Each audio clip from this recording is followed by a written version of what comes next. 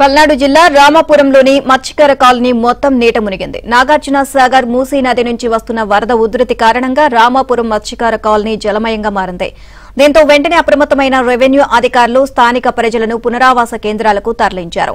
మరోవైపు కృష్ణానది పరివాహక ప్రాంతంలోని పంట పొలాలు మొత్తం వరద నీటిలో మునిగిపోయాయి అని రైతులు ఆవేదన వ్యక్తం చేస్తున్నారు.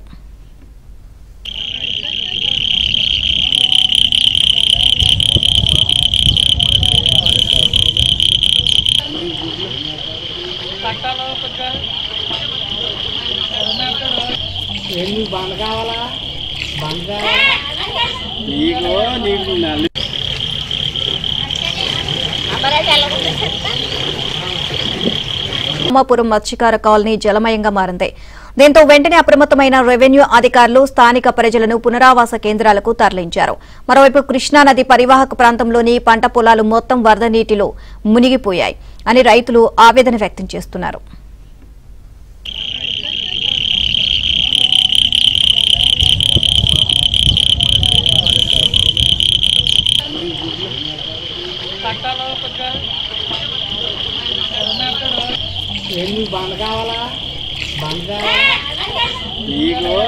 నీకు